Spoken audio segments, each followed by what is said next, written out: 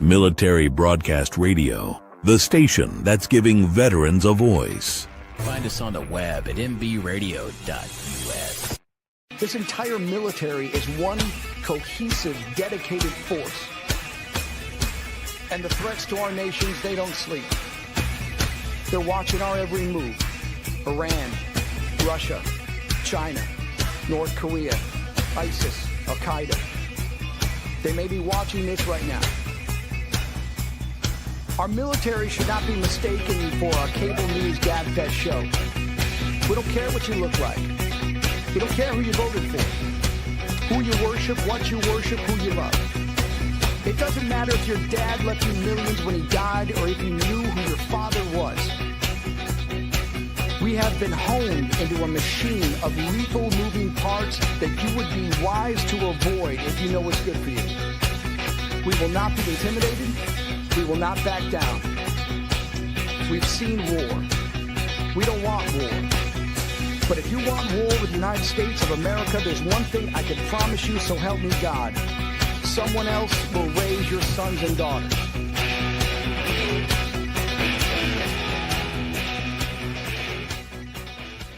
Opinions expressed in this program are those of the speakers and do not necessarily reflect the views or positions of any entities. Turnbuckles and stogies. Yo, what is up?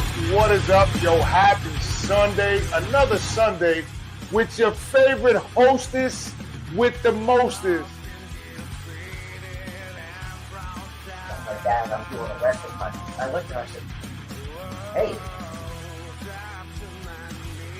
what part of Brooklyn you in? We're not in Brooklyn, sir. We're in upstate New York in Dutchess County. I'm originally from Yonkers. Hung out in the farm. I guess you guys don't know each other that well. Oh,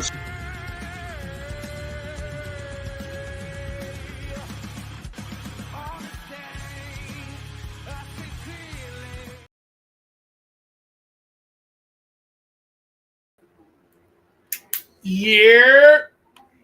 What is up? What is up? Yo, this is Turnbuckles and Stogies, the host with the most, Big Dog, the Vanilla Gorilla, your favorite podcast on Super Bowl fucking Sunday. Who gives a fuck? I don't care if the Eagles win or the Kansas City Chiefs. Nah, I like the Eagles, and I'm a Giants fan, but I want the Eagles to win. That's all. But anyway, so guys, today we have a special guest with us, and it's Travel2Invest cigars. So, Joe, what are we going to talk about today before we bring him on? I mean, there really wasn't much that went on this week. Besides the releases, that was about it. They released the AOP, Paul Ellering. AOP, Paul Ellering.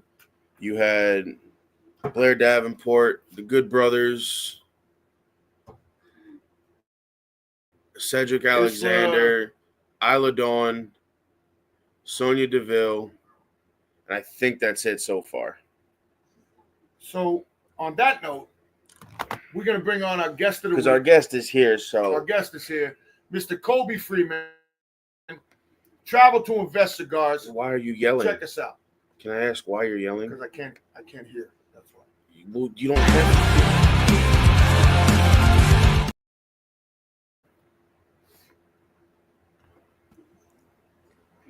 Hey, what's up, fellas? What's up, my brother? What's going on? Can you guys hear me? I can hear you just fine. Thank you, sir. Okay. Can you hear us? Yeah, I can hear you fine. All right. So Mr. Cobie, I just done some research. Okay. You are one of the only ones, and I'm going to show this right here. Hold on. Let me show this right here. Besides Don Abrams Cigars. Well, no, that's a black-owned cigar company. Right. You are the only black-owned cigar factory, my brother. I've done a lot of research before I brought you on here. So you know. And this is what I do before I bring my guest on. So tell us how you got into the cigar world. Okay, so me personally, me and my business partner Tramel, we both got injured from the railroad, so we were both off, and we were kind of traveling around, and then we both sustained an injury. I injured my knee, he injured his Achilles, so we were just in conversation talking about doing something that give us a little bit more freedom from the job that we had. So as we were brainstorming, he's going cigar after cigar after cigar. And then finally we just decided on, well, hey, if you smoke them like that, everybody else does. And we already were in the Dominican Republic a lot. So it's just a matter of me making connections and turning those connections into business partners. So that's what I did. And then eventually, after dealing with several different factories, we decided that the best thing for us to do was proceed and getting our own factory. So that's kind of how I got started. Okay, and now a lot of people say my own factory. Okay, that means that they partnered up with Fuente, this guy, that guy, this guy. You have your own factory that you put together. Right. Yes. You oversee, that you hired the people. Am I? That's correct. We're responsible for the payroll. The building is in our name.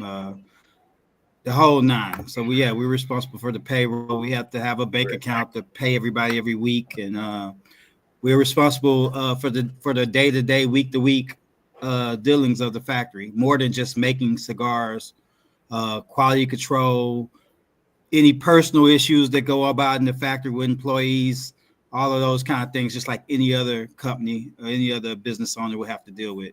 It's not just about partnering up like what we used to do. We used to just buy cigars from people. And right. I guess you could call that a partnership, but no, now it's like a little bit more serious because we have to pay taxes every week. All of that is on us now. Okay, and so where are you located in the States? In the States or in the Dominican? Because I see snow behind you. No, I'm in Dominican right now. Oh, you in DR? So right now. Oh, that must be right now. Yeah, right now I'm in a small place called Sosua, and they have a lot of Super Bowl parties here. So I did a cigar event last night, and then I got some guys I got to go see later on this evening. But it's a big Super Bowl party here every year. Okay. So tell us about the cigar I'm smoking right now, which is he's smoking the Connecticut Arabia Saudia. The Saudi. So that's short for Saudi Arabia. So what happened with that one was it's a Connecticut with a Nicaraguan blend. Yes. What happened with that cigar is we were in touch with this guy in Saudi Arabia, and he wanted us to send him a bunch of cigars. So he made a deposit. We made the cigars, and then he couldn't get them cigars released until Saudi Arabia. So we kind of ended up with them, and we just kept the name, and we sell them locally now. It's a very good cigar, by the way. And so tell us how you came up with the name Ella Louise. Ella Louise is my grandmother. So when we got involved with this, we wanted to, pay respect to our grandparents. So we have a coffee named Martha Ann's, and that's Tramel's grandmother. So we just want to represent our grandmothers in the business. That. By the way, I tried that. It's actually very good.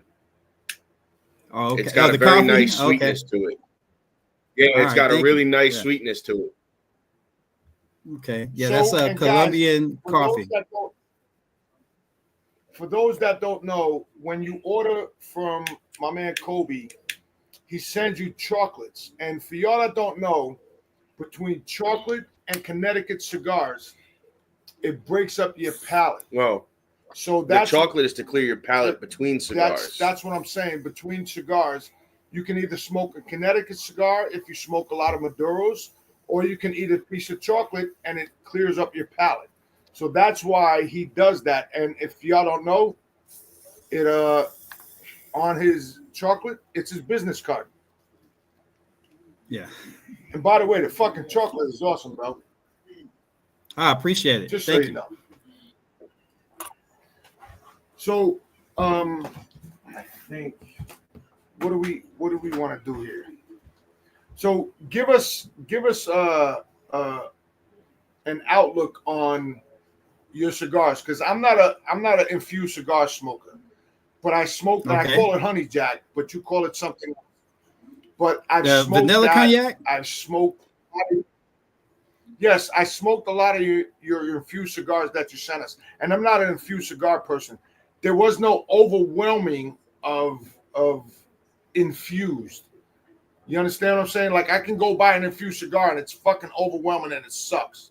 Where yours, I smoked the cognac and it was really good. So give us a little outlook on that.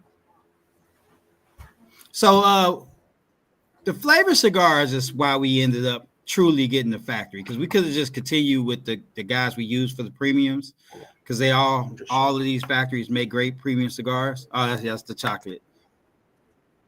Yep, that's what I went to go get to show everybody. Yeah, but the infused, on the other hand, is very difficult to do, and it kind of overtakes the factory, so it'll pretty much ruin all of your premium cigars. So because we had a good market for it, we decided that we'll go that route. That way we could keep the relationships with the people we've already had and grow with them. We take a little different approach, so we don't just. I mean, we really come up with formulas to flavor these cigars. So we'll mimic liquors, and we try to make sure that the cigar isn't too overwhelming, too sweet. You want you to still taste the notes of the actual tobacco, but with strong hints of whatever the flavor is, and kind of smooth it out that way. So all of the flavor cigars are like a mild cigars, and we just want that flavor to come out, but not just overpower the cigar. And we make sure that they're well constructed, because a lot of times with the flavor cigars, they're not well constructed. They're just kind of put together and put out. But we want to take a different approach of really making good, solid, well constructed flavor cigars. Because I also think Joey smoked a flavored cigar. Joey, I smoked a few of them. Tell him what you I smoked the vanilla cognac. I smoked the honey whiskey, and I smoked the blueberry mint. I smoked all three. Okay. I actually enjoyed them because they weren't overpowering, like you said. They just, the taste was there, but you could still taste the tobacco in it. It wasn't an overpowering flavor. The flavor didn't overpower the tobacco. You know, that didn't overpower the actual taste of the cigar.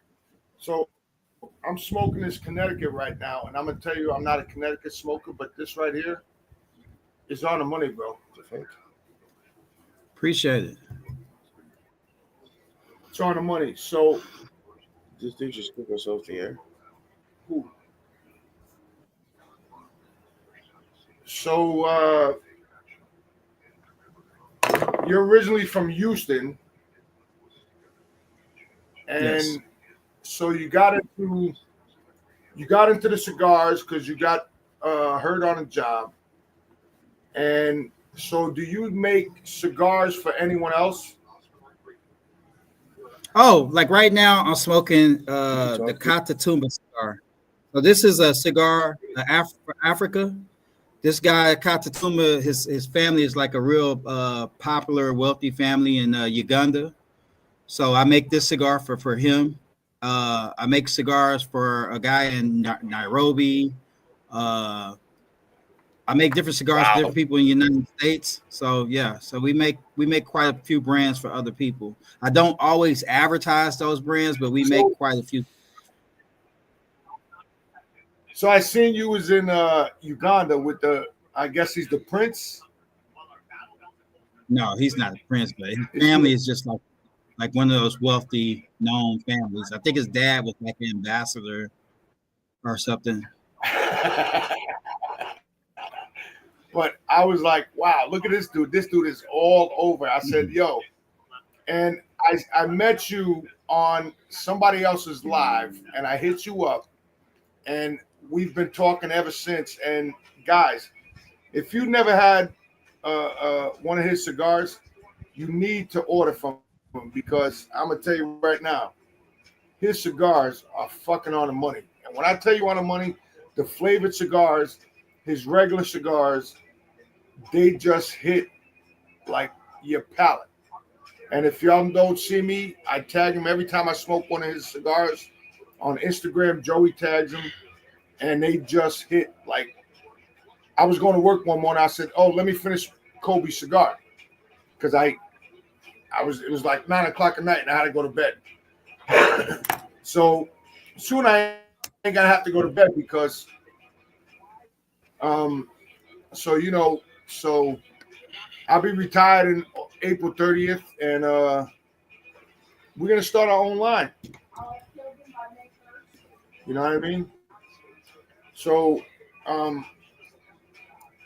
Cobie, anything you want to talk about, brother? Feel free. Well, no. So let's go to with the. So I'm smoking the Habano, the box press Habano. I'm assuming this is. Yes. So, I like this one. That was good. So was the what is this? Is this like a Habano? That's also a Nicaraguan regular blend. Habano.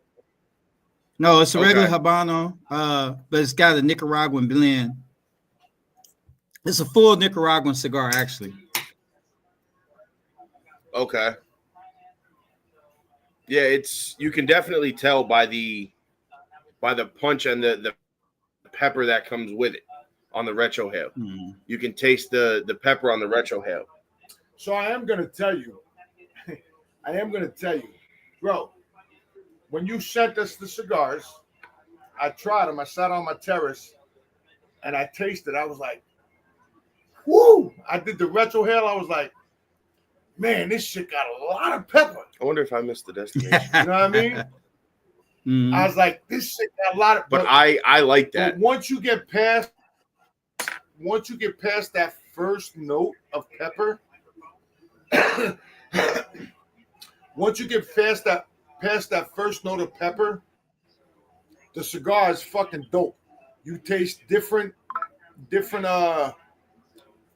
flavors. You taste different things. So, bro, shout out to you and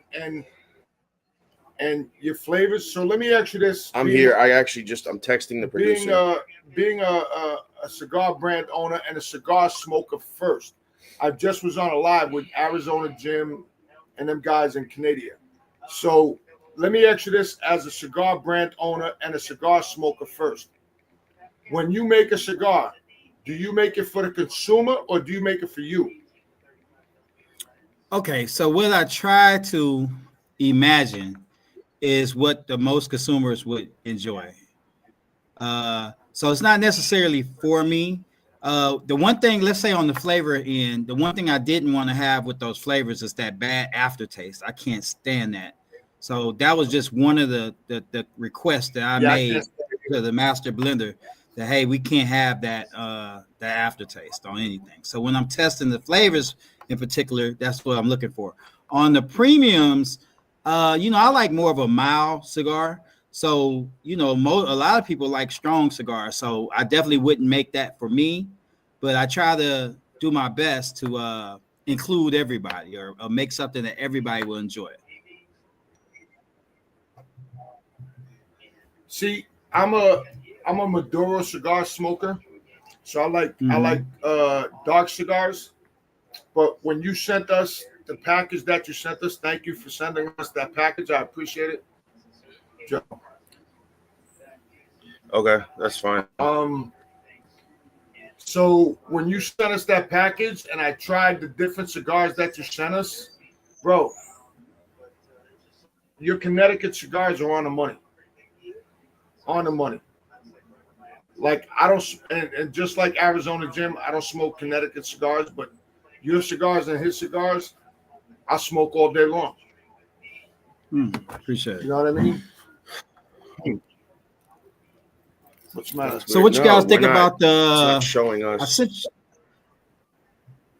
I sent you one darker cigar with the yeah. So that was the Maduro with the Candela ribbon. With the Candela, yes. I love that cigar. I liked it. Bro, that was on the fucking money. Bro, I enjoyed the shit out of that. Yeah, I sent that cigar with you guys in mind with what you told me you like.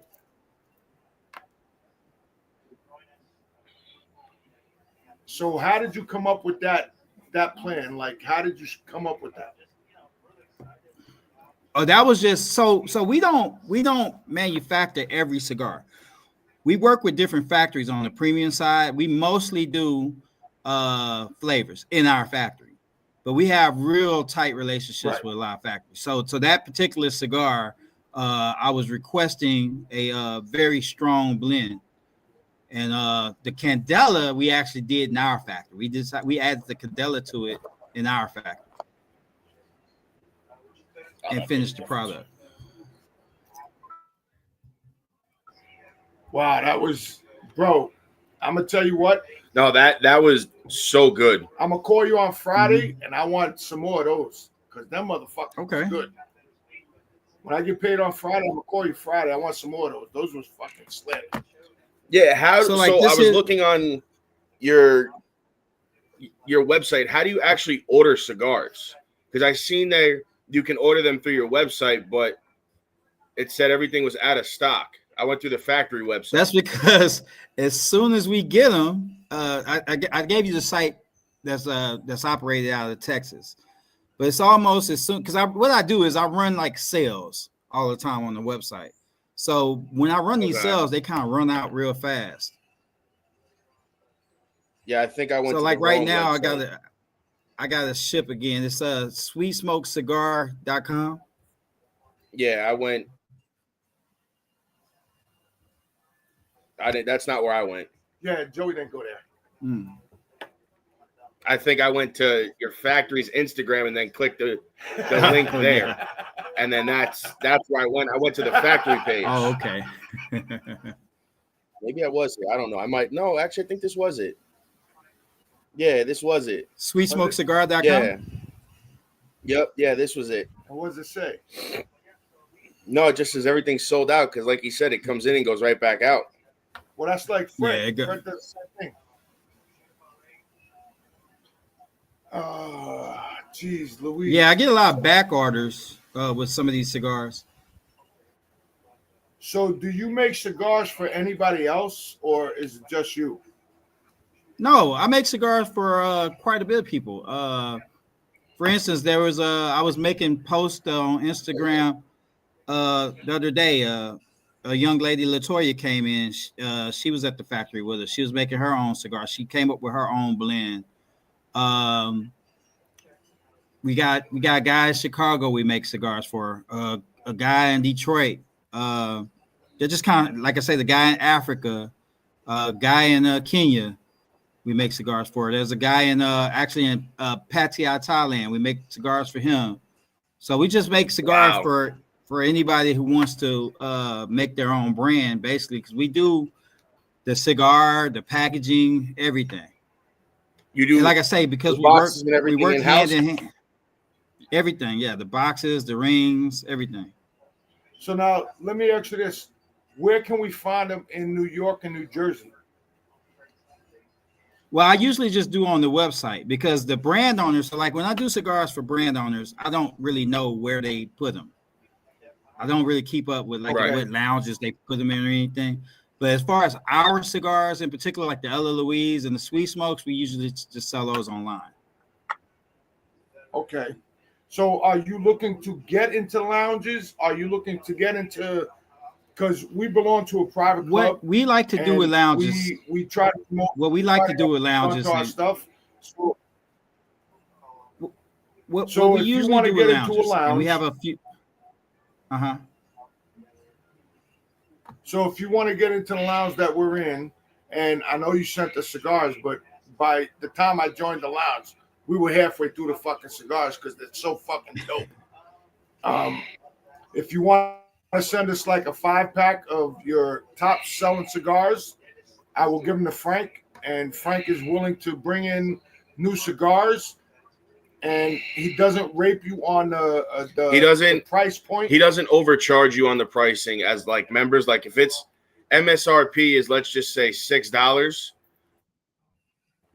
then he'll probably charge you $7 or $8. Like, he's not there to, you know, if it's $6, he's not there to charge you $25 to make the money. Okay, yeah. Yeah, that's especially in New York, thing. which is nice. Absolutely. So, you know, so this is what we tell people that, you know, we belong to a private lounge, and today they're having a Super Bowl party, and, you know, he's willing to try new things. He's willing to try different cigars. You know what I'm saying? So I'm willing to bring you in if I can. No guarantee. I guarantee is like a fucking sign on a box that says guarantee. I'm not a guarantee. I'm just here to help everybody that we put on a podcast. So, you know, it's cool, and I like the cigars. They're great, and I will promote them for whatever, but we got to cut to a commercial. I'm going to do a quick commercial break, and then we'll be back. Right back. Okay.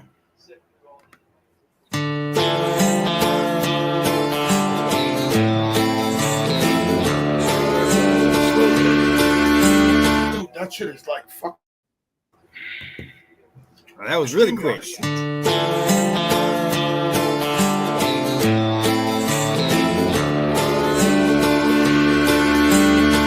I wish there was some place that I could go where I got the promise I'd never be alone. These bars all have last call, and my friends, they ain't home. I wish there was some place that I could go with a heartache this big, a bottle this small. I don't think I'm ready to deal with it all. I need a 24-hour heartbreak saloon where they never have last call and play country tunes. When she walked out of my life, I nearly broke down, drowning my heartache in every bar in this town. Sooner or later, they all closed the doors, and I was left playing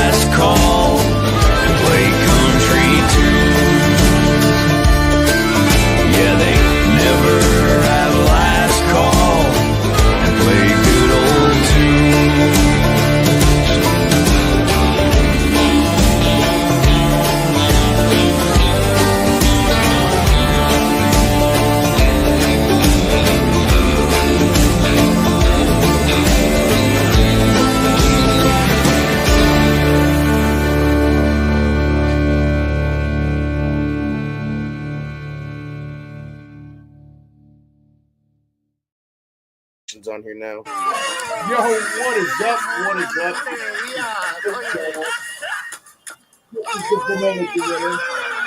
We are here. We are live. Sunday, your favorite podcast. Turnbuckles' favorite pod.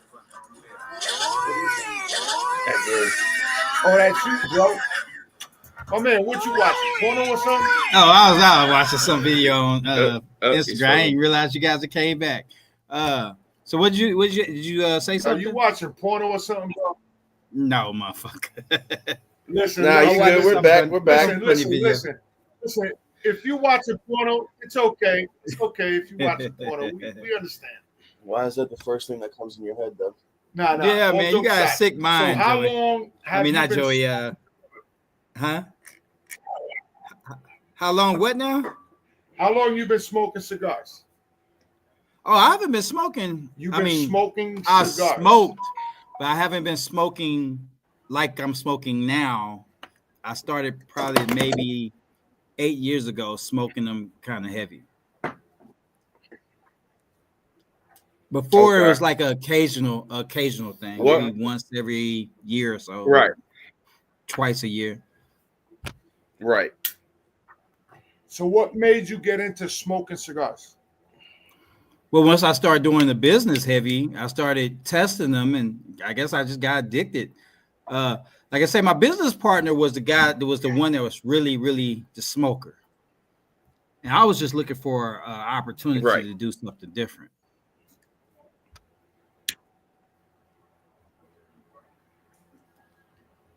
That's why, I because I didn't know much about the industry at all. So are we are live, right? Because it says something about behind the scenes. Okay, we are. So one of the things that happened is like I kept going to these events because I was trying to figure things out. And every time I would show up to an event, I meet a brand owner, and at least one of them would say, I asked them where about do you get your cigars? So they would say that the going thing was, I have a small factory. I own a factory in Nicaragua. Now I bought this shit hook, line, and sinker. I was like, what the fuck, man? There's got to be 100 factories owned by these guys in Nicaragua. So I went back to my business partner. I was like, hey man, look, in order for us to be able to do anything, we're gonna have to get a factory. And that's kind of what got the factory whole idea started, because I was pretty content with just buying and selling cigars. But once everybody was saying that, man, I just believed it. So you know the funny thing is, and I'm sure you came to find this out. Everybody that says they own a factory doesn't actually own a factory. Oh man, I was upset, man. I'm like, that's a big misconception. Here I am paying the payroll and dealing with all this shit, and then to come find out, I'm like, oh, that's what they meant. So every brand owner me and Joey met, I own a factory. I'm gonna help you with your cigars. I'm gonna do this. I'm gonna do that. So I'm like, oh, cool. They're like, oh, when you get the DR, just come to my factory. I'm like, so there's only one person I know that owns a factory in DR. Well, technically now there's BAMF. No, now there's two. Who? Fred has one. No, Fred doesn't have no more. Oh, well, yeah, but Kenny. And Kenny. Fanatics Cigars. He owns his own factory. And Henderson. Those are the only three besides you that I know that own factories. Own their own factories. So they're like, oh, we met several brand owners, and they're like, we own our own factory. And I'm like, okay. And they're like, oh, but when you get there, just tell them you know me. And I'm like, so is this your factory? And you get there, and the same name says Arturo Fuente or like Gloria Cubana. It'll just be like some small little factory they partnered with that they have, carte blanche like the owner, but they're not actually the owner. Right. And that's a big misconception that some people don't know, is just because somebody says they own a factory doesn't mean they actually own the factory. They might partner with the factory and have the same, perks as being an owner, but their name is not on the paperwork. So one good thing about Are we the correct factory, no, I'm saying one good thing about the factory that we own is it's in a complex. So mostly everything in this complex is owned by foreigners, whether they're from China or India or whatever. And it's a free zone facility. So it's like government sponsored type thing. We don't pay local taxes on anything. Okay. So it gives me the ability to buy tobacco at a lower cost than a lot of other people, which helps us control cost. It also gives me the ability to work with other countries in their free zones, people who operate in the free zones of other countries. So that was one of the things that we wanted to make sure we could do if we did factory, was get those kind of perks and benefits being a foreigner operating a business in that country.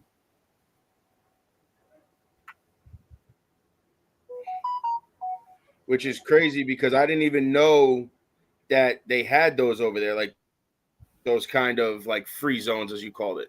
I didn't know that that's a thing. Everybody I know doesn't. That's the first time I've ever heard that. Right. Yeah, it's a long waiting list. I mean, it was like it's a good thing these guys told us about having their small factories in Nicaragua, because we had to get on the waiting list and we signed up. It took about a little over 5 years to actually get the factory. And then when we did get the factory, I did like a lot of videos I would post in the groups. It started off with like no walls and all this kind of stuff. We had to build it out. And then once we built it out, we had to have them come in and inspect it. And we had to do all the like kind of like OSHA standards, but for here, we had to take care of all those kind of things. So it's really a tough thing. Even starting the factory, it's really a kind of a big deal. Just making cigars part is actually the easiest part of it, to be honest. So how did you come up with the name? Which Travel2Invest? Well, because that's just the bottom line of what we were doing and what we were trying to do. When we were talking, me and my business partner and I, we were looking for opportunities.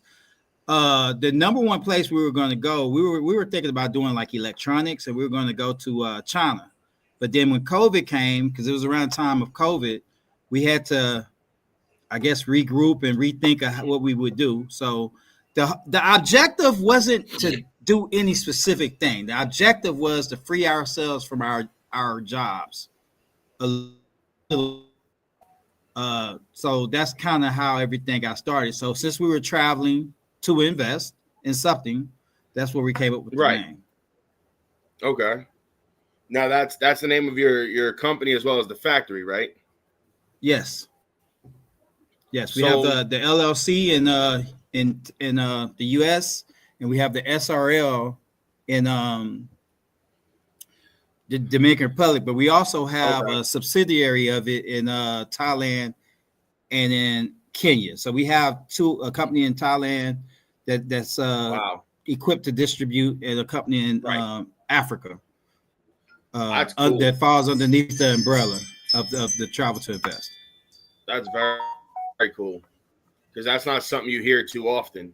You know, that people went and got a company in Thailand and in Africa to be able to distribute their stuff to those countries, which is crazy.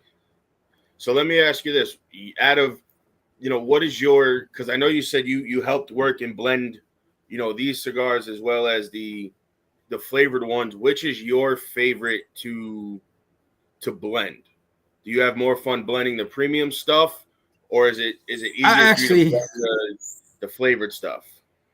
Because of my lack of expertise, the premium stuff gets a little hard, because I usually get laughed at with the premium stuff. I usually just get dismissed. I know that factory owner shit goes only so far when you're dealing with master blenders and people that actually know what they're doing. They'll just tell me to get lost, actually. So the flavored cigars, the flavored cigars, I get a little bit of more input, and I can kind of stay through the whole process without somebody telling me to get lost. So I have more fun with the flavors, because, I've only been smoking for X amount of time.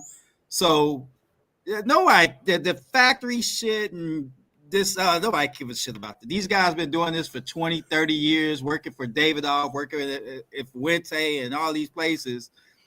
They're not trying to hear nothing I got to say on the premium. So all I could do is the final product. I say, oh yeah, this is it.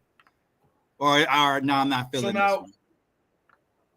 How do you find and how do you bring the master blender to your factory? So we have relationships. We have some really, really solid. So it's like for instance, this is one guy named Victor. He owns a factory. We don't bring him to our factory. We usually go to his, and it's usually a classroom. Like if you were going to do a cigar, that's one guy with a map. But it's hard to get him to do online interview or do anything like that. But that's just one guy that in particular that has a lot of expertise. He's actually from Detroit. He's a guy from Detroit, and he's been in the Dominican for 20 some odd years. Yeah. He's somebody that would be a good to know person. He actually works with, have you guys ever heard of Tony Serrano cigars? No. Well, he's a big manufacturer of cigars also. Yeah, he's a guy, big shot guy. So a lot like I think I heard of them before. Mm-hmm. They're big shot yeah, people. I think I know. Yeah. So for instance, I'll go to this guy just yesterday. Hey, I need this and I need this, and usually he'll give me a little lecture or whatever about what I'm asking for, how to ask for what I'm asking for. It's always I'm in school with this goddamn guy. But it's usually like that because now it's become friendships. I've been here so long and I talk a lot of shit. It's like friendships now. So these guys, I could just holler at them, hey man, can you make me this? And on the back end of that, if they need a flavor, let's say they get a customer that wants a flavor cigar, I'm able to provide that for them. Well, actually, I'm looking at that guy's cigars right now. That you just mentioned, the Serrano cigars, because I was curious. I've never actually seen these in person. Never. Mm-hmm. I'm looking at the labels now. So we can't buy your cigars in New York and New Jersey, correct? I don't know about cigars I manufacture because there's people who have their own brands everywhere. But as far as the Ella Louise I'm talking about your cigars, Ella Louise. No. Yeah, as far as that, no, you just get them online. Yeah, you have to get those online. I've never really even tried to enter that market because I figure I would have to go there and do some cutting lights, do some events, and I've just, I'm so focused on the African market that I haven't even had the opportunity to have and working on the factory. So at some point, we're probably going to have to get some ambassadors, but it's just a process for us to get that far along. Right. You want to get to that part when you're ready so that you can bring on guys or girls that can get you into some of these markets with no problem. So let's give a shout out to our producer, MBR Radio. Shout out to MBR Radio's producer, Military Brand Radio. And then everybody over on the Northeast Streaming Sports Network. Everybody on Northeast Streaming Network, BAMF Cigars. TPA. Which is also something you can look into as well. Look into that. Because I look into connects you with TPA connects you. It's run by Ish, Dr. Oscar from GTO, Ronnie from the Great Lakes Smoke Show, and Kathy from Cigar Box Marketing. And what it is it connects boutique companies like you with other factories and other manufacturers that you can work with, and then podcasts and media and consumers as well, and shop owners, so that it makes it, if when you start going out, you can go to these shops and say, hey, listen, I'm with TPA. I've seen you guys, carry some of their stuff. How do I get in there? And it's to make it easier for you to have a list. And Ish also opens his and own lounge. It's a BAMF cigar lounge. Yes. And the only way you can get in there is if you're a TPA member. So he's only carrying basically like the boutique stuff in that lounge. Okay. That's as long as you're part of TPA, he'll bring your stuff in to his lounge. Okay. I'll look more into it. I've seen all of those guys. Well, at least the two guys you named. I've seen them on different Instagram lives. So I'll check into that. Yeah, Ish has been all over. This is one of our big supporters. What I'll do is I'll send you the link for the TPA. This way you can, look on the website, read into it, and then you can go from there if you want to join. Or I think you can have them contact you, something like that. I forget how it goes, but they set everything up with you, and then when you put out something new, if you want to go on a press run or whatever podcasts are on there is who you can go on to, because all the contact information will be there. Okay. So it's his way of setting it up for shop owners, brand owners, manufacturers, consumers, and media to all kind of, connect this way. Sorry, I just got a text.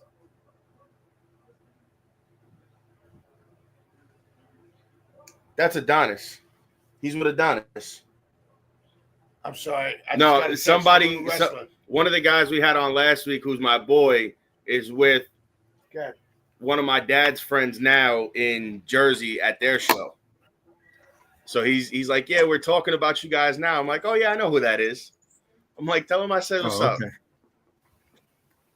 But listen, I mean, these cigars, bro, are fantastic. I'm absolutely loving the core, your core line of these, because it's something unique. It's different, and it's for a smaller brand, like you said, that you don't release out, to lounges. That a brand that people may have never heard of, is outstanding. And the fact that you have these relationships to be able to do all of this stuff with making these, these cigars and your cigars as well. And it's so good. And that Maduro, man, it wasn't overpowering strong, but it was strong enough. You know what I mean? Like it wasn't one of those that was like, whoa, it didn't knock me on my ass, which is good, but I was also able to enjoy it the whole way. There was no aftertaste. There was no nothing. I mean, all of your cigars I've smoked, I don't have that aftertaste. All of the premium stuff and even the flavored stuff, there's no aftertaste when you're done smoking. Listen, which is a very hard thing to accomplish with a lot of cigars. I smoked that cognac on the way to work with a cup of coffee at 1:00 in the fucking morning. I punched in, I finished it, and never had an aftertaste. Didn't have to take a mint, didn't have to take anything. It's a fucking great cigar, bro. Appreciate it. Not just because you're on here. Not just because you're on here. And you'll also like the blueberry mint. Is that the one? Yeah, because that blueberry mint, I'm not a big mint person, but the mint in that cigar wasn't overpowering. It was just a very subtle hint, which, that's a hard thing to work with, because I was talking to a few guys when I was smoking it at an event. What was it, last week or the week before? Blue Smoke. The Blue Smoke event that we went to, and I was smoking it, and I was telling one of the guys we were sitting with about your cigars. I said, I'm smoking the blueberry mint. I said, I'm trying it so that I have stuff, I kind of know what to talk about when we go into the podcast. I said, and honestly, the mint in this cigar isn't overpowering.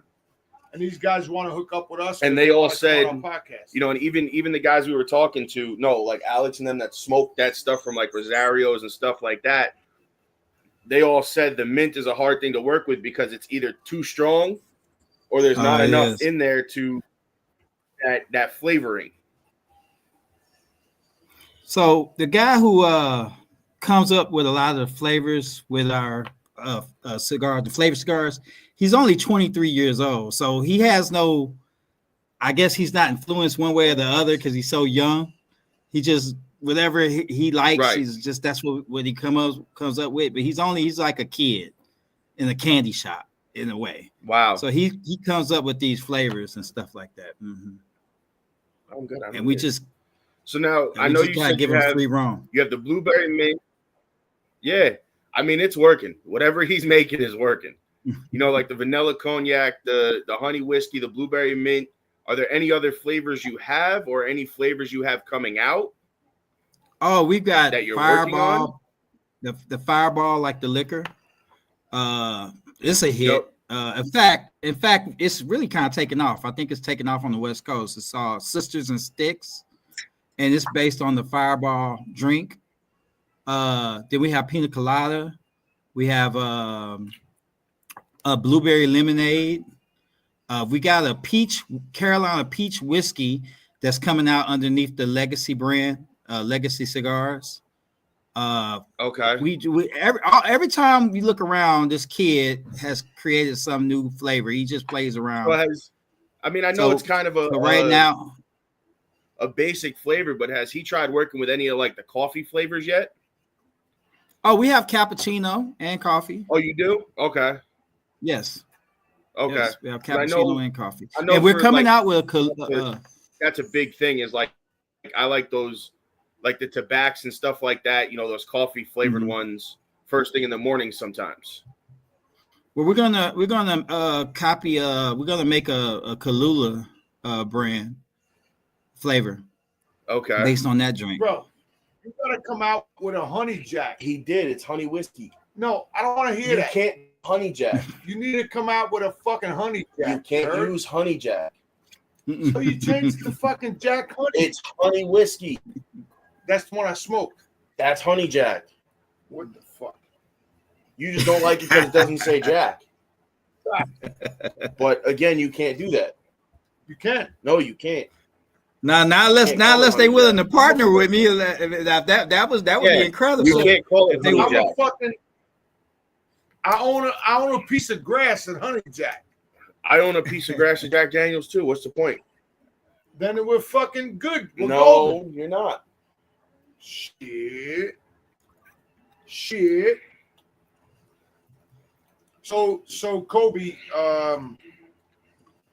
so what other ventures do you have in the works right now? Well, we're gonna focus on this coffee again. Well, we're focusing on the coffee again, that Martha Ann's. Mm-hmm. Yeah, the coffee.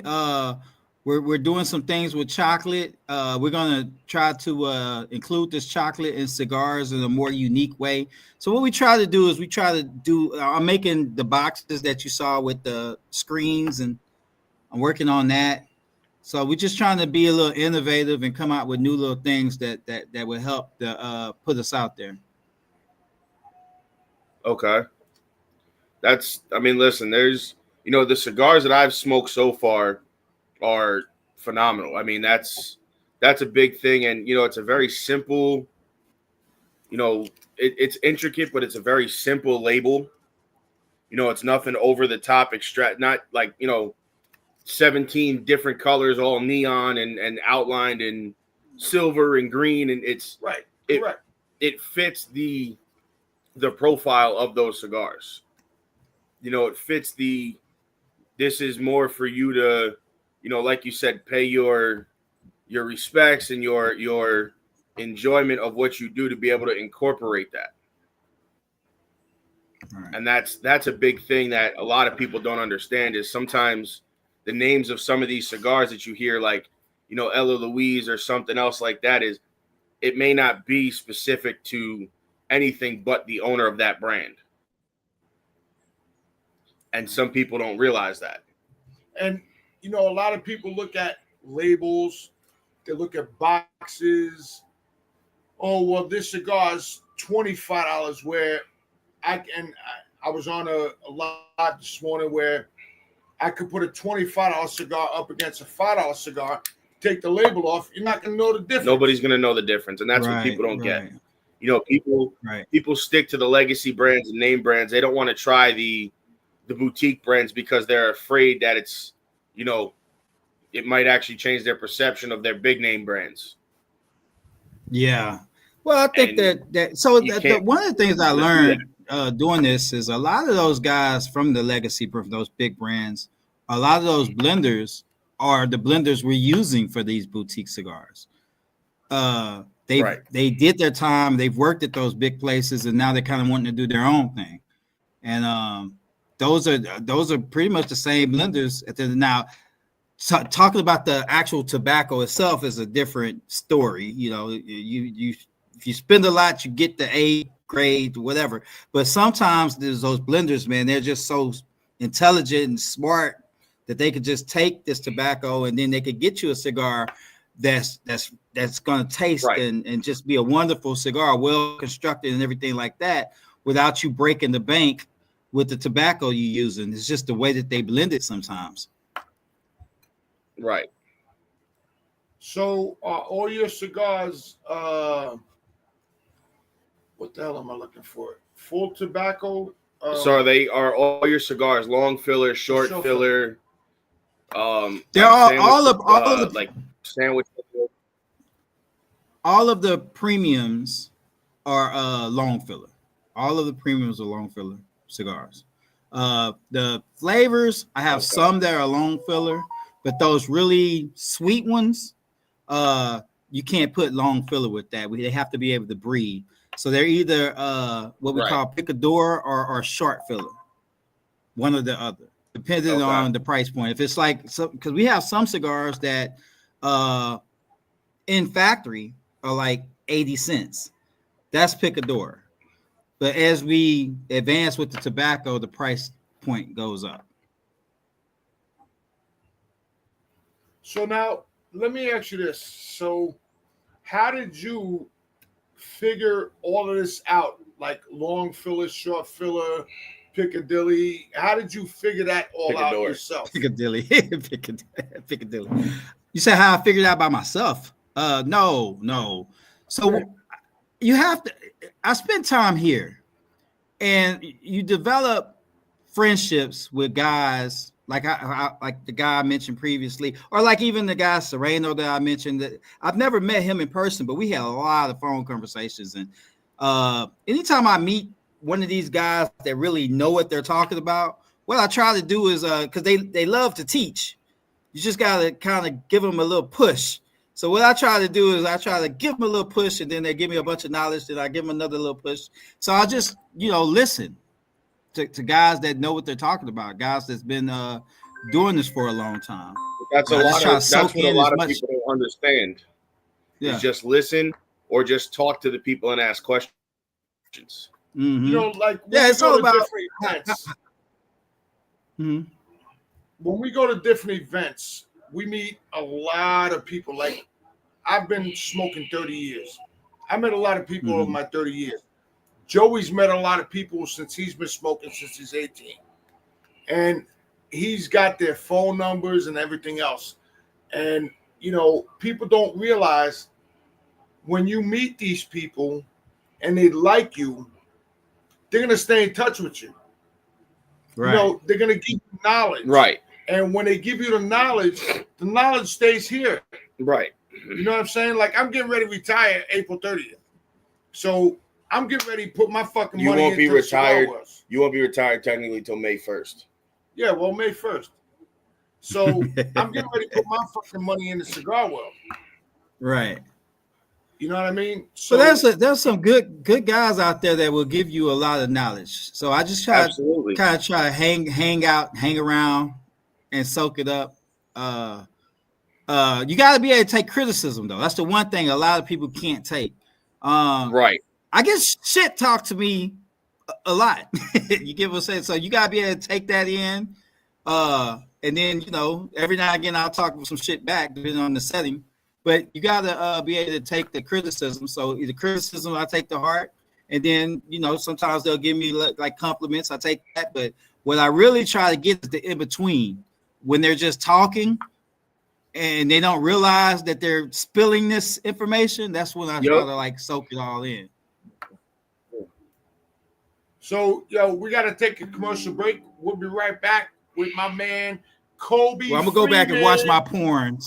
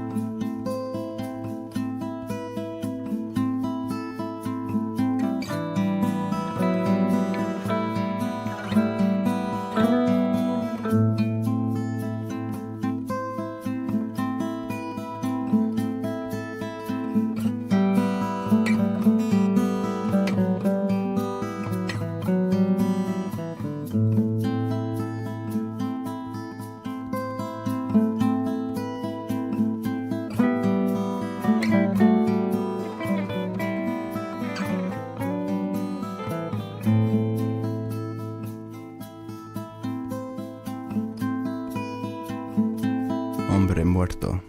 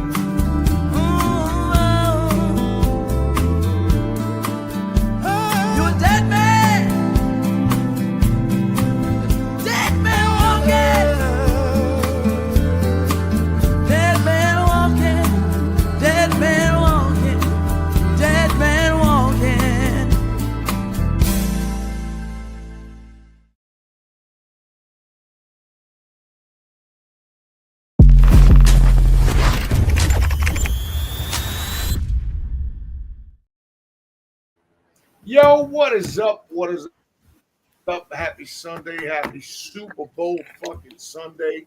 I could care less who wins right now. So we are here with my man Cobie Freeman, Travel2Invest Cigars. My man from Houston, Texas. He's over in DR right now. I hate him because it's like 100 degrees over there right now. But it's okay. It's okay. I'll let you slide on this one.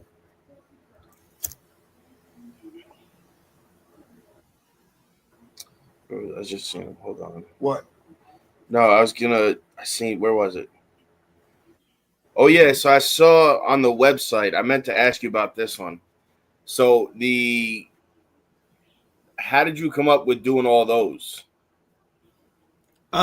So we have a roller that we fly in from Honduras that knows how to do all that.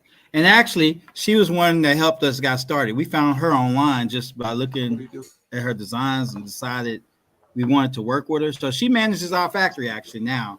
But she does that by hand, man. Okay. Just skilled. Yeah. That's crazy. I mean, that does take a lot of skill to do, for sure. Yeah. It absolutely does. And I've seen those. I've seen designs put on cigars in person like that, and it's not an easy task. No. Because it has to be precise. Yeah.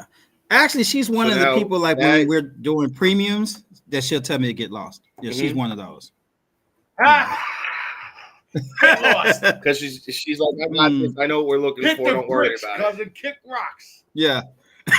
So now, as far as the Ella Louise line, do you have any more cigars coming out to add to that line?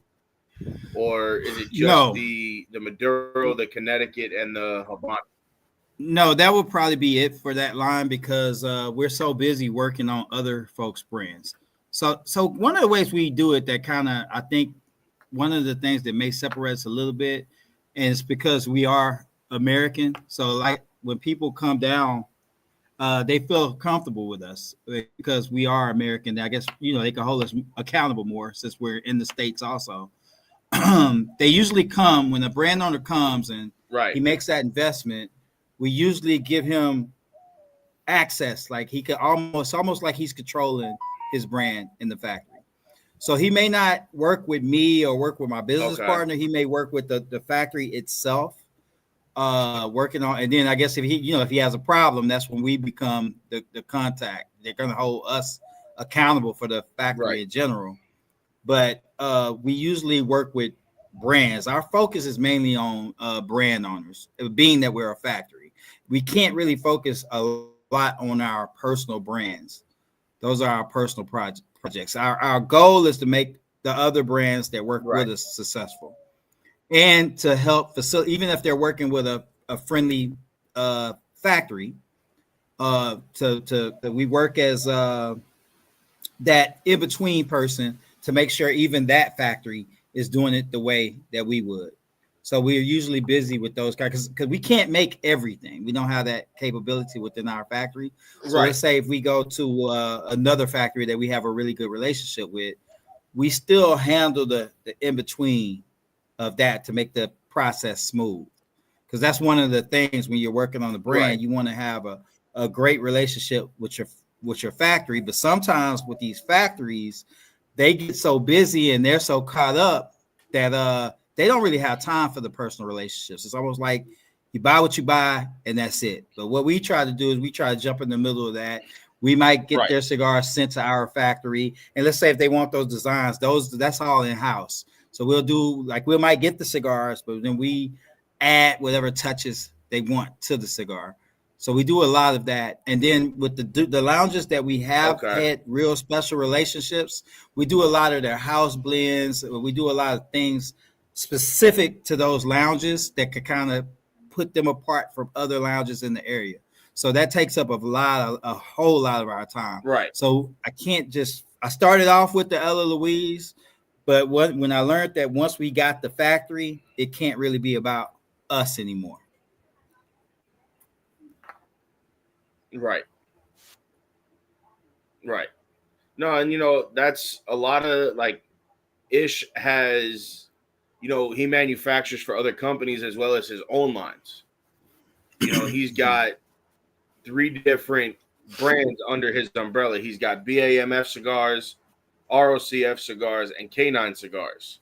Plus, like you said, he's manufacturing for other brands. Right. So he's trying to do all of that. Thankfully, like you, he's got a roller and a master blender besides himself down there that he trusts.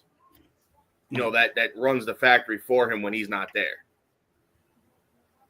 And he said, it's tough, but once you get to that point where you can kind of go back to your brands and every year, every couple of years, add something new, it keeps things for you guys as well, because it's one of those you can add a different size or maybe a new wrapper or a new size each year, and you're still expanding your line, and it's giving people more to smoke from your core premium line. Right. And that's something a lot of people, either when you tell them that as a constructive criticism, if they have 1 or 2 cigars, and that's all they're working on, you try to explain stuff to them, they tell you, well, no, that's all I want to do is that one size. And, I don't understand why it's not selling and stuff like that. It's like, well, because you have the same 2 cigars, but you're not expanding. See, like premium line, you have your flavored stuff, you have the stuff you're making for other people. So there's a variety of your cigars, of your factory cigars out on the market that people can try. Right. Yes. Now, like I say, when we do those brands, this is really good. I appreciate it. When we do those brands, we try to support the best we can, but it's pretty much up to them to go and attack their market. So a lot of times I don't know, like let's say if I visit Carolina or somewhere, and I might walk into a humidor and see a brand that we make, but I had no contact with that lounge. Right. Personally, anyway. A humidor, and you see a brand that you make that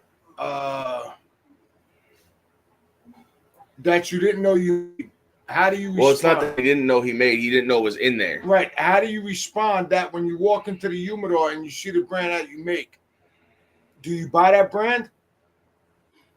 No, because my thing, as far as support as being a consumer, I usually try to buy a cigar that I've never had. I usually will support somebody else's brand.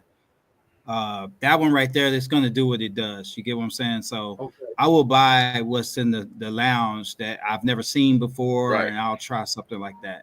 I got my core cigars that I like that I'll buy, but I'll always try to find what's unique to that lounge and buy it. I don't know if you want to check them off. No, it's StreamYard. They and him at StreamYard. And usually I won't say anything about the brand weird today, guys. We apologize. We're not really sure what the issue is. Fucked up right now. It's a little slow today. They also put out a lot of podcasts and a lot of other shit. But StreamYard takes up a lot of bandwidth, so.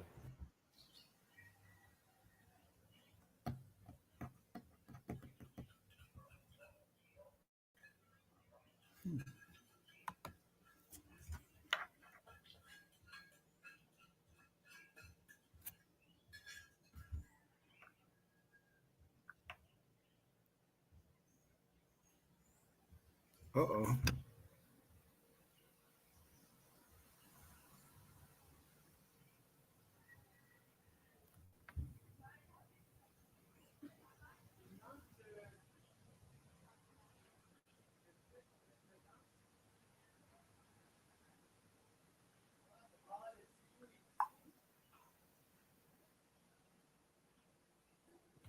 All right, we're back.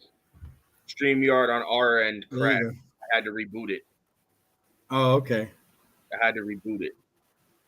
That hasn't happened in a while, where it's cut off in the middle of doing the show. Because something like this uses a lot of bandwidth on the channel. So when you use it on Wi-Fi, sometimes it'll work, some days it won't. And unfortunately, today it doesn't want to cooperate the way it's supposed to be. But now, I know you said you're not working on your lines right now. Have you considered maybe adding different sizes to those core lines down the road? Or, is that something you've considered, or do they come in different sizes? Right now, we just have those 3 that we sit to, but we make plenty of different. It's all about the mold. So we have plenty of molds to do these kind of things. And of course, we work with other people that make cigars. Right. So down the line, yes.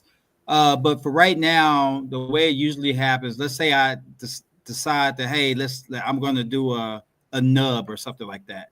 Right. What happens is once I get it and I kind of send it out, one of the brand owners be like, hey, I want this for mine. Right. So then I kind of go away from it. So it's one of those, like, you try to add, and then once you try it, somebody else tries, and it's like, well, now I want that one. So now you're like, well, that was supposed to be mine. So now I got to rethink what I'm doing. Exactly. Yeah, that's typically how it works. Right. No, because that's something that a lot of people don't do, or what that's tough because, like you said, you're working with so many brands, so you could have 10 different ideas for your lines to add sizes or shapes or stuff like that, and somebody tries it, and now it went from being yours to being that guy's or that girl's or that company or this lounge, and it's like, well, what's left for me to do now? Right. At some point, it's like I have to add to my stuff. Like, I get you're adding to yours, but at the same time, I have to add to my lines to, draw another set of clientele. Right. And then another thing is we don't really have an ambassador we have people that work with us. Right. But they kind of do their own thing. But we don't have a designated person to say, hey, you promote Ella Louise this month. We don't really have that at this point. So that would probably come when we have that person, because even the lines that we have, they're all like new to the public. It's not like we're just in a lot of places. So once we introduce those heavily, once we really get to advertising and doing some marketing and things of that nature, and once it catches on, then we'll say, okay, well, the Ella Louise is hot. Let's add the new thing to it. Right. Right. So now, are you guys going to PCA this year? No, we'll probably go next year. So we're looking at next year. What the thing about PCA is this: I want it to be ready.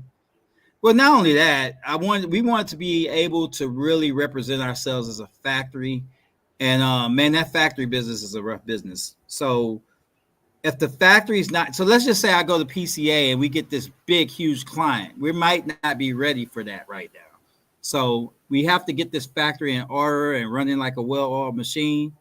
And that's got more to, that's a lot more than just cigars we're talking about. We're talking about understanding the ways that we purchase, our budgets, who our employees are, and payroll, and who's got what capabilities. It's just a lot of things that we're kind of learning about ourselves as a factory right now, that we didn't want to go there and just kind of represent ourselves, and then you end up not being able to do what you say that you could do. We want to be able to, anytime we do anything with anybody, we want to make sure that we're doing exactly what we say we could do. Right. That's understandable. And again, PCA it's expensive, because it is. Was a small booth is like $5,000 or $10,000, whatever it was. Yeah, then you don't really know what results you're going to get out of it. So for us, it's like, it's nothing worse than you get this big guy and it could change your life, and then you can't fulfill the needs. So we have to make sure that we're operating the right way before. I mean, we're doing pretty good right now, but like I say, I have a lot of relationships with other factory owners, so we're taking these key pointers from everybody and trying to, apply them for real. So we're just working, and that's one of the reasons I'm here now, to help with. I mean, there's just so much that goes into this. It's just even like the importing and shipping is a heck of a thing. Making sure we're shipping the right way and we're paying the right taxes and payroll tax. And then one thing about here, let's say you fire someone, it's expensive to let someone go here. Really? Yeah, it's not like the United States where you just you let them go. And no, here you're responsible for like shoot, man, it's like 4 of their regular payroll payments.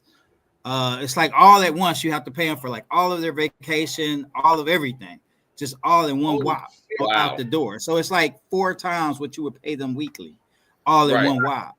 Yeah, so things are like that we have to be careful of, and we try to make sure we have all of the right people in the factory. So it's a process. That's why sometimes it frustrates me now knowing how this is.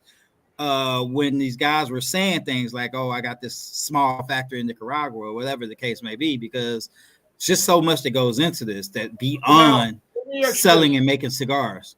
Are you in Nicaragua or DR? DR. I'm right near Santiago Airport. So there's 2 main areas in Santiago where you hear about cigars being made. That's Tamboril and Villa Gonzalez. We're in neither. We're right near the airport. Your factory's in DR, correct? Yes, this is Dominican. It's in Santiago, right near the airport. We're like maybe 7-minute drive to the airport. That's where Vince's. Now Santiago is a big place. Now we're about 35 minutes from Tamboril and maybe like 25 minutes from Villa Gonzalez. Yeah, so we're actually we're right by the airport. One of our other sponsors is in he's about 20 minutes from Tamboril right now. He rented an Airbnb for the night. Vicente Cigars. Vincente Blends. Vincente. Now, the thing about here, when you come here and you go to Tamboril, and Villa Gonzalez, there's just factories everywhere. There's bunches of them, bunches of factories. That's what they said. They said, Tamboril is starting to get overcrowded with factories now. Oh, I could imagine because you take that main strip. One up. Yeah. Yeah. So you have to go to the outskirts everywhere now. Right. Well, then again, it's like this. That's why I like us being in that trade zone, because it gives us a unique advantage when it comes to purchasing, and things of that nature. So even like the other factories, they like to work with us in our position as a free zone. Right. Because it's not as expensive over there to get anything. The purchase now getting in the free zone itself is very expensive. A lot more than just opening the factory. Like I said, there's a wait, and then there's all kind of things you have to pay in advance. Right. And they really do their due diligence investigating about you before they allow you to open up in the free zone. I'm talking credit checks, background checks, all this other stuff. They do all this before they allow you to open up that facility. So like I said, it took us like 5 years on a waiting list because some of the building, we're in a pretty big building. I don't know if you guys saw it, but it's 2 stories. It's got 2 production floors and maybe like 7 offices, 2 big humidors, an office, kitchen. We have an employee kitchen, all those kind of things going on in the factory. We got a big, nice parking lot. There's 24-hour security, military security. So it's a lot of perks being there. But at the same time, like I say, we have to pay for that. It's expensive to operate.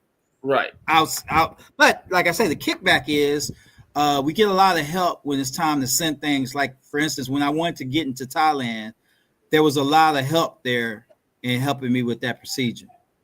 Right. That's like you said, that's one of the benefits of being in that zone is you have access to a lot more factories and distributors you might not have had access to before.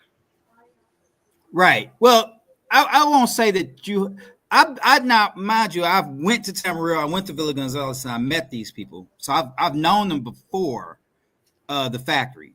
But once we acquired the factory and it was a known thing here that we actually have it, we're not playing around, then those relationships went to the next level. Right.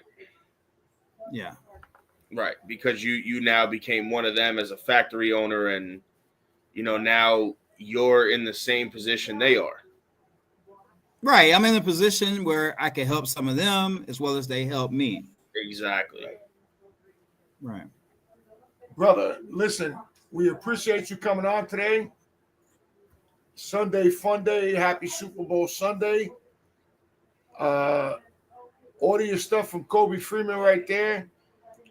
So now if for that aspect, if they don't see it on the website, should they DM you on Instagram or? Sure. They could DM me under Cobie Freeman.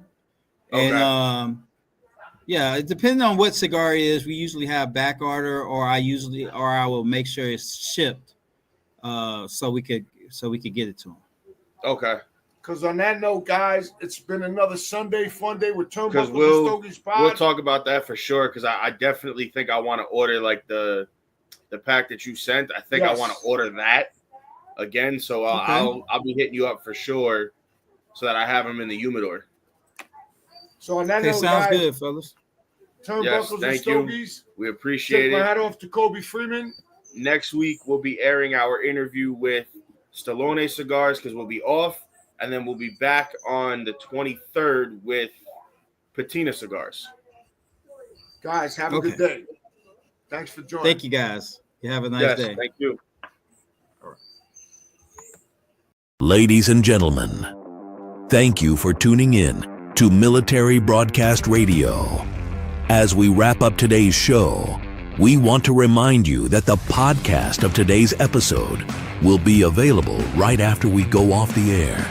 So if you missed any part of the show or want to listen again, be sure to check it out. And remember, we're here to support and honor our veterans. Your stories and experiences matter, and we are committed to giving you a platform to share them. That's right. We're here to give our veterans a voice. So don't forget to catch the podcast and stay connected with us. Giving our veterans a voice.